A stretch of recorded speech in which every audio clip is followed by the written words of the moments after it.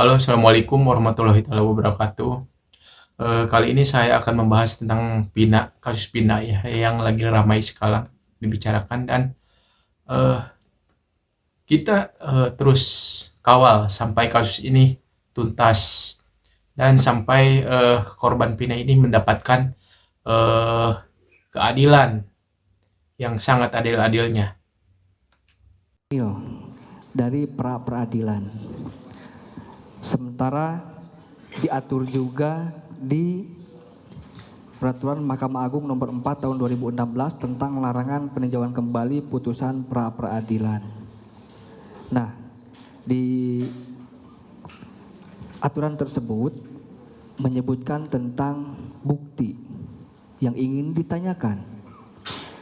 Kapan bukti tersebut harus diterima atau harus ditemukan atau harus didapatkan oleh penyidik atau aparat penegak hukum untuk menetapkan seseorang menjadi tersangka. Apakah alat bukti tersebut didapatkan setelah penetapan tersangka atau sebelum penetapan tersangka? Mohon izin yang mulia, tadi saya ditanya berkali-kali mengenai hakikat penyidikan, definisi penyidikan. Hakikat penyidikan itu ada dua tadi yang saya sampaikan, yaitu adalah penyidik harus mencari alat bukti dan menemukan alat bukti. Dan dengan minimal dua alat bukti tadi dijadikan sebagai dasar untuk menetapkan tersangkanya. Maka tentu alat buktinya ada dulu. Alat buktinya ditemukan dulu.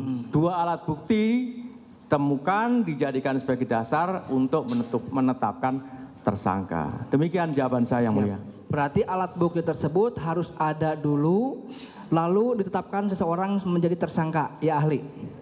Iya, dua alat bukti. Ya. Dua alat bukti dulu baru ditetapkan jadi tersangka. Oke. Sekarang kembalikannya, apabila alat bukti tersebut didapatkan setelah seseorang ditetapkan menjadi tersangka, apakah hal tersebut sah menurut hukum atau dilarang menurut hukum? Itu sebenarnya sudah bisa dijawab. Harus dua alat bukti itu di depan. Di depan, Ya, iya. itu ya, Ali. Kalau di belakang itu, Iya, berarti kalau seandainya di belakang itu boleh atau tidak begitu? ya nggak boleh lah. Tidak boleh ya? Oke, sepakat ya itu. Terima kasih yang mulia. Satu lagi. Ini udah jelas kok Iya. jawabannya, Ali. Betul, berarti kan tidak boleh ketika ada alat bukti didapatkan setelah ditetapkan tersangka kan gitu. Iya. Satu lagi yang Sebenarnya kita ini cinta polisi dan sayang polisi dan kita dukung. Tetapi kita ini mendukung yang benar. Silakan. Jadi yang perlu saya tanyakan kepada Pak Ahli, bagaimana pendapat Pak Ahli? Dari tadi mengatakan dua alat bukti. Jika alat barang bukti yang dijadikan alat bukti itu cacat hukum atau tidak sah, apakah sah penetapan tersangka dan melakukan penahanan? Bagaimana pendapat Bapak Ahli? Terima kasih. Baik, terima kasih mohon izin yang mulia. Jadi yang paling penting tadi saya sampaikan penetapan tersangka mendasarkan pada minimal dua alat bukti. Ya, udah. Iya. Udah seperti itu. Udah, masih ada Pak? Cukup. Ya, silakan. Oke, itu tadi ya. Tim dari kuasa hukum Peggy Setiawan menanyakan kepada ahli hukum pidana, apakah alat bukti itu didapatkan sebelum penangkapan atau sesudah penangkapan. Lalu si ahli ini mengatakan ataupun menjawab, jadi dua alat bukti ini harus didapatkan sebelum adanya penangkapan terhadap tersangka. Alat bukti Pak minimal Ahli dua. meragukan keahlianmu kalau begini.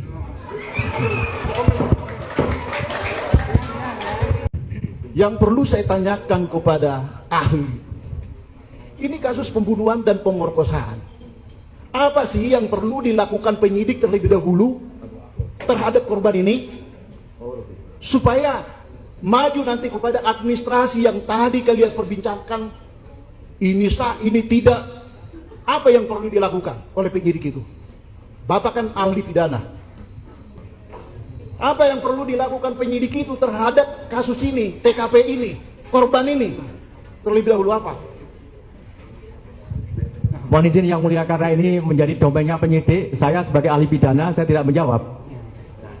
Karena saudara tanyanya kepada apa yang harus dilakukan oleh penyidik, saya bukan penyidik. Jadi saya tidak menjawab berkaitan dengan pertanyaan saudara itu. Terima kasih Yang Mulia. Bapak itu kan ahli pidana.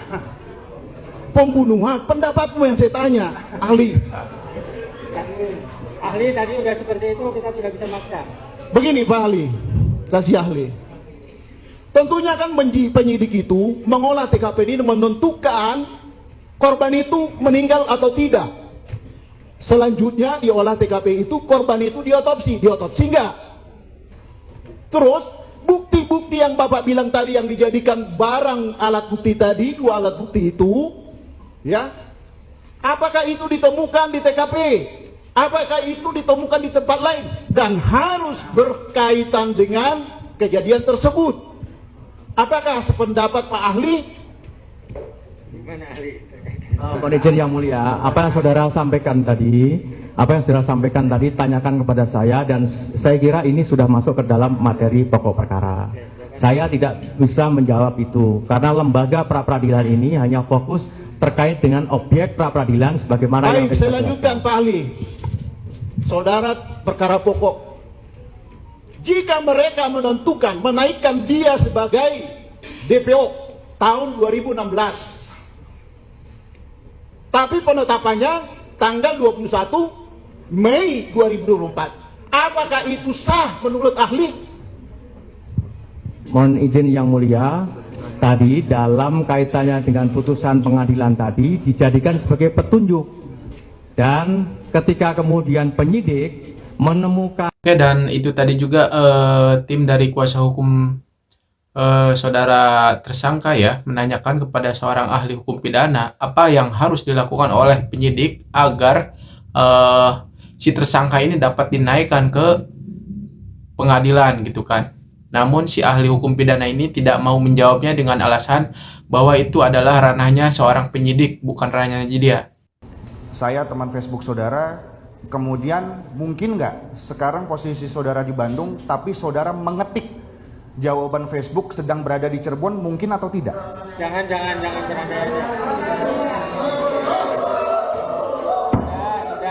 Sudah. Lanjut pertanyaan yang lain. Ganti dengan pertanyaan yang lain. Jangan mungkin. Sudah diganti ya, diam ya. Lanjut. Saudara asli Cirebon? Asli. Baik. Yang ingin saya tanyakan, kalau untuk perong itu di dalam bahasa Cirebon artinya apa ya? Kurang tahu. Nggak tahu ya? Oke, baik. Berarti perong pun juga bukan bahasa Cirebon ya? Saudara nggak tahu ya? Nggak tahu. Yakin saudara? Yakin. Bukan bahasa Cirebon? Tidak ada bahasa Cirebon yang artinya apa dari perong? Enggak. Saya Izin Yang Mulia, itu pendapat Yang Mulia. Itu pendapat, yang ini adalah saksi fakta Yang Mulia. Bukan ahli Yang Mulia. Pertanyaannya apa? Saya ingin menanyakan Yang Mulia, apakah yang bersangkutan sebagai orang Cirebon, apakah ada arti daripada perong, saudara? Dari saudara Dede itu memahami? Jangan, ini fakta, saksi fakta ya. Baik, terima kasih. Bukan ahli dia, bukan ahli. Sudah. Berarti tidak ada ya? Sudah. Baik, terima kasih. Dan itu tadi juga mungkin dari pihak kepolisian ataupun Polda Jabar ya menanyakan kepada seorang saksi apakah mungkin nggak gitu kan saya bilang di Cirebon padahal saya berada di wilayah Bandung gitu kan. Namun dan dia juga mengatakan apa arti dari nama perong itu, arti dari bahasa Cirebon ya. Namun saksi ahli ini seorang saksi ini mengatakan dia tidak tahu, dan hakim ataupun dari tim kuasa hukum Peggy menolak gitu kan untuk menjawab itu karena dia itu bukan seorang saksi ahli gitu kan. Dia itu hanyalah saksi kunci. Seharusnya tim dari Polda Jabar itu menanyakan hal seperti itu kepada seorang ahli, mungkin seperti itu ya. Sebenarnya bukan kurang puas, tapi kalau ahli-ahli seperti ini yang kemudian dihadirkan, ini tidak memberikan edukasi kepada publik. Kemudian selaku ahli, artinya orang yang memiliki pengetahuan terhadap hukum itu jauh atau lebih tinggi. Tapi faktanya rasa-rasanya dengan keahlian kemarin yang bersangkutan, kalau saya sejajarkan sama mahasiswa-mahasiswa fakultas hukum yang baru sarjana hukum, kayaknya beda-beda tipis itu. Kan begitu, ya kan? Karena kami melihat terlalu subjektif. Tidak pernah mau mengeksplor. Artinya selalu ketika penasihat hukum bertanya, selalu mengatakan bahwa tadi saya sudah jawab. Tadi saya sudah jawab. Padahal you menjawab yang mana? Siapa yang lu jawab? Kemudian seorang ahli itu tidak bolehlah menolak pertanyaan. Sama dia mengatakan, oh saya tidak mau menjawab karena ini hanya sebatas materi pra-peradilan. Anda itu ahli. Anda itu bukan termohon atau pemohon. Anda bukan bagian dari ini, bukan bagian dari pihak. Seharusnya Anda ahli itu adalah Anda hadir untuk memberikan pendapat Anda sesuai dengan pengetahuan Anda dalam bidang hukum. Bukan justru Anda mengatakan ini saya nggak mau jawab karena ini hanya sebatas pra-peradilan. Oh tidak seperti demikian. Itu kan keliru itu pendapat-pendapat ahli dengan mengatakan seolah-olah dia adalah pihak. Ya kalau dia munculkan keterangan seperti itu, maka kami menduga apakah ini memang terkolaborasi dengan pihak termohon sehingga keterangannya tidak memberikan subjektif, keterangannya tidak memberikan netral. Ini kan sama sekali tidak memberikan edukasi kepada masyarakat atau publik. Kira-kira demikian. Tadi sekali lagi penegasan dong bahwasannya pihak dari kuasa hukum ini optimis untuk... Oh sangat optimis, aku yakin karena keyakinan kami berangkat dari fakta-fakta persidangan, kemudian berangkat dari bukti-bukti yang ada, sampai tahap terakhir kami menyimpulkan bahwa Polda Jawa Barat tidak memiliki 2 alat bukti untuk menetapkan Peggy Setiawan menjadi tersangka. Oke, itu tadi dari tim kuasa hukum Peggy Setiawan gitu kan, merasa tidak puas dengan saksi ahli hukum pidana ini, karena dia itu selalu menolak pertanyaan daripada tim kuasa hukum Peggy Setiawan, dan dia juga mengatakan bahwa kemampuan ataupun ilmu dari seorang ahli ini tidak jauh beda dengan mahasiswa hukum yang baru lulus gitu kan.